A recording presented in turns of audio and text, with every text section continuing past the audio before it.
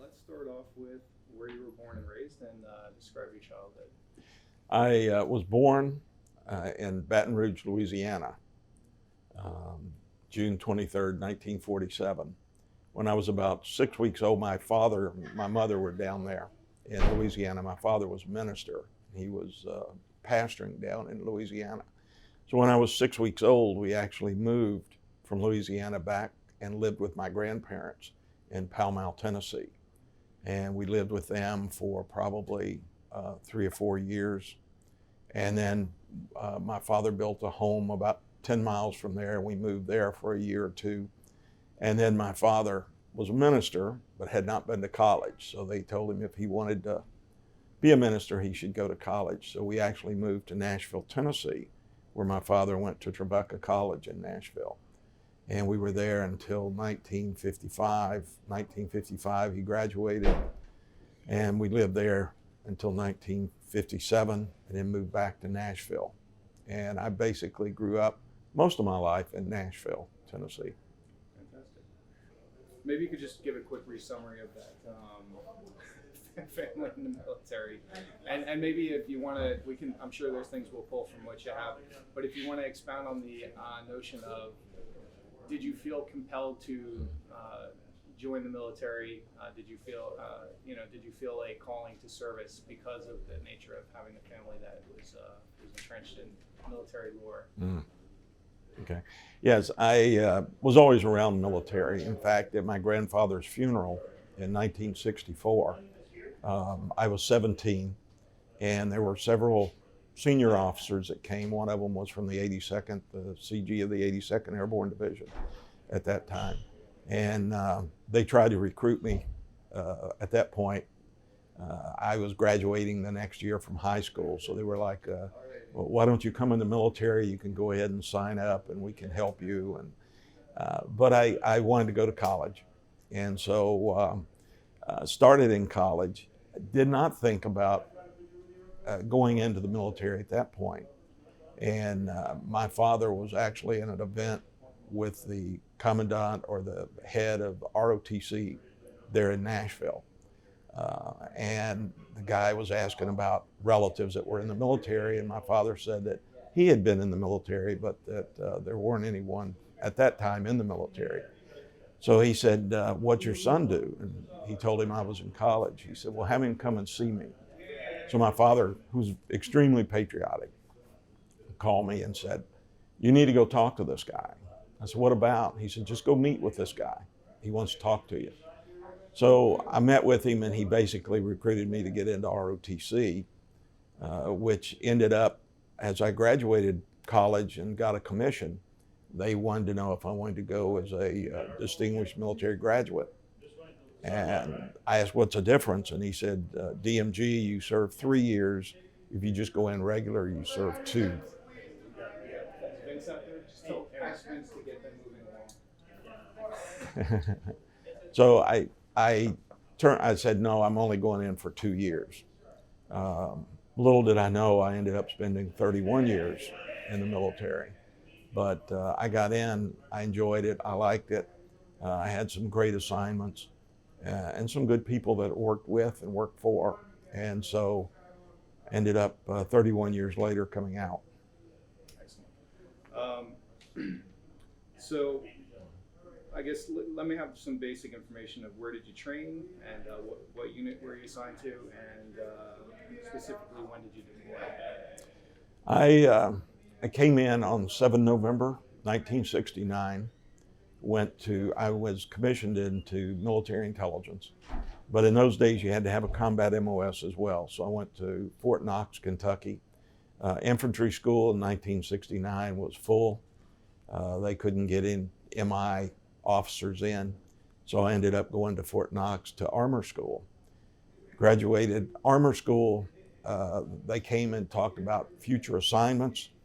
I, at that time, volunteered to go to Vietnam and was sent from Fort Knox to armor school to Vietnamese language school in El Paso, Texas. From there, I went to my basic course of intelligence at Fort Holabird, Maryland, and from there to Vietnam. Let's see. Let me ask you a question that's not on the script real quick.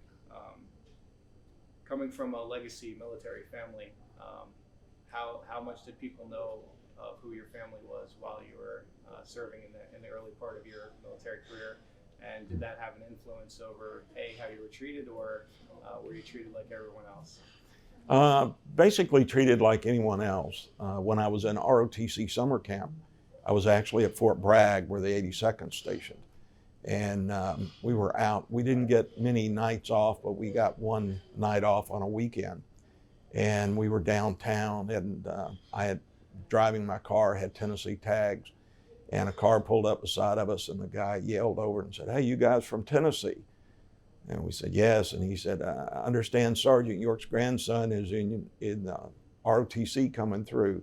We're waiting for him on the rifle range. Do any of you know him?" And the guy in the back seat yelled, "We don't know who you're talking about." And so I didn't say anything. And so they drove off, and the guy said, "Oh, they're waiting for you on the rifle range." Some of that. One of the stories that I told before was we were standing in line, as you do in summer camp, ROTC summer camp. And we were standing in line, and all of a sudden a sergeant came up to me and said, "Cadet." And I said, "Yes, Sergeant." And he said, "I have a question." I said, "Yes." He said, "Is your grandfather Gary Cooper?" And I said, "No, sir, he's not." And he said, "I didn't think so." So he went back, and I couldn't figure out what he was doing, so I followed. He had talked to one of the guys that knew me from college, and the guy had told him, "Sarge, that's Sergeant York's grandson up there. You shouldn't be giving us long lines. We should get special privilege." And the sergeant came up and asked me, and of course he asked me if I was Gary Cooper's grandson. I told him no. So when he went back, the guy had made a deal with him that if I was Sergeant York's grandson, he wouldn't have to do any push-ups for the day. But if I wasn't, he'd have to do push-ups every time the sergeant saw him. So he went back, and that afterwards I talked to the guy, and he said, "Yeah," he said, I made a deal with the sergeant, but he said, "I told him you were Sergeant York's grandson," and he told me he knew who Sergeant York was. He had seen the movie. So, yeah. That's actually really funny. So when you were in the service and in Vietnam, describe your experience there and what your mindset was going through it, and did any of the thoughts of family come into play during the time there? I guess I felt closer to my grandfather because when you're in combat, you kind of experience different thoughts and different feelings, and so I guess I kind of felt closer to my grandfather because I could see some of the feelings and emotions that he had gone through.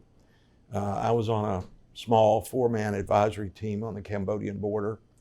There was a major. I was a lieutenant at the time, and we had 2 sergeants. And it was a small team. And the major that I worked for it was his 3rd tour in Vietnam. He had a plate in his head from the first tour, first part of his head, plate in the back part of his head from his 2nd tour. He had never completed a tour. He had been medevaced. And this was his 3rd time. So he was on a lot of pain medicine. And so as an MI officer, I got to do a lot of things that I normally wouldn't have got to do because he would be under the weather quite a bit. And so when something came up where they had to have an American on the ground, he would call me in and say, "Could you do this?" So I got to experience a lot of things that I would not have if I hadn't have been in that situation. So the post-war experience quite different from earlier world wars and Vietnam. Can you describe how it feels to have that sort of ideal of what coming home from war will feel like, and what the reception was when you came back from Vietnam? Well, I knew when my grandfather actually came back to New York 100 years ago today. And when he came back, they asked him, one of the guys asked him, "Are you not going to get off the ship?" And he said, "Well, I'm waiting for the crowd to die down." And they said, "Well, the crowd's here for you." He did not realize that there had been a Saturday Evening Post article a couple of months before he came back that detailed his experience and his war efforts. And so he was known back here in the States. So when he came back, there was he stayed about 5-6 days in New York. They had a parade for him. There was a lot of attention. He was treated royally while he was here. And it was a great experience. When I came back from Vietnam, it was just the opposite. They told us not to go off post in uniform. They told us to try to hide our connection with the Army because there were demonstrators that were throwing blood, and there were demonstrators that were demonstrating against the troops. So I flew back into California, and they bused us from the military terminal to a civilian terminal. And they told us at the time, you have to wear your uniform when you fly, but don't go outside the terminal in your uniform. People kind of looked at you funny in the terminal. Friends of mine that came back were called baby killers, and it was 180 from what my grandfather had experienced. And I'm glad to see today it's changed. Today I'm in the airport and I see people welcoming soldiers back. So it's turned 180 degrees again, which is good. How long was your military career in full until retirement? 31 years. I had a mandatory retirement at 30. When I hit 30, they asked me if I'd stay for another year, and I agreed to. So I ended up staying for 31. What went into your decision, even though coming back from Vietnam, obviously not a completely pleasant experience, and the feeling, the mindset towards the military at the time was mixed among population. What caused you to feel compelled to establish and continue a career in the military post-Vietnam? I worked with some excellent people. We had a mission that was very important. I came back and went to jump school and was assigned to Fort Bragg to 18th Airborne Corps. This was a turbulent time in the world. I was there in the early 70s. You had the Mideast War. You had a lot of things going on. And I felt it was something where you could really make a difference, not only in your own life, but you can make a difference in others' lives and in the world. Specific points. We're running close on our I wanted to go back real quick, and I read a story that how you really never understood how your grandfather was famous, and Right. that it was actually in an elementary school when your teacher read your grandfather's encyclopedia entry, and it kind of clicked for you. Right. Tell me about how you felt at that point, and then how that kind of changed your perception of your grandfather from there. After she called me up to read the encyclopedia, look up my grandfather, and I'm thinking, why would my grandfather? I'm sorry, Yeah. I'll interrupt because we won't be on the film. So if you can just tell the story in full. My teacher. Start Okay. with my teacher. Sorry, I don't want you to do all the way through. And have to I was in the 5th or 6th grade, and my teacher called on me to get the encyclopedia and look up my grandfather. I didn't understand why she wanted me to look up my grandfather. I didn't know why my grandfather would be in the encyclopedia. So I looked him up. She asked me to come up front and read, so I came up front and read. And after I read it, I was like, wow. And everybody's like, "That's your grandfather?" And I'm like, "Yeah." And we had watched the movie. My grandfather had a copy of the movie, but it had never clicked that this was something that I knew the family knew him. I knew that we were all proud of him. He never talked about the war. He never talked about what he did. Most we ever heard him was later in his life. He was in Nashville hospital quite a bit. And so people would ask him questions. My uncle and I used to set up with him at night because my grandmother didn't want to leave him alone. But that's when I heard more people coming in and asking questions of what he had done. But he didn't talk about it. He was very reluctant to talk about it, especially the family. If you ask him a question after this, next time we went back to Pall Mall, I said, "Grandpa, you're in the encyclopedia." And he laughed and said, yeah, I guess I am. And I said, "You're famous." And he goes, no, not really famous. And so he would change it and ask, "How are you doing? How's school?" etc. But yeah, it was kind of an eye-awakening event for me to see that people outside our family actually knew who he was and what he had done. Did you understand his reluctance to talk about his experiences once you had served yourself? Yes. Could you tell me that in a full? That's something that you don't talk about. I find I've had grandkids that have asked me some questions, and I guess I've talked more about it with the questions. But that's something that you don't talk about. And I have found in my military service, the people that have been in the scariest situations and hardest situations normally don't talk about it. The people that talk the most are the ones that really didn't do much. That's great. It's a good soundbite. What else you got to say? So you left after you left the service after 31 years. How did the military shape your post-military career? When I retired, one of the things I was asked after 31 years, what do you miss most? And I miss the camaraderie of fellow soldiers. And so I went into a company that a friend of mine owned, and we did training.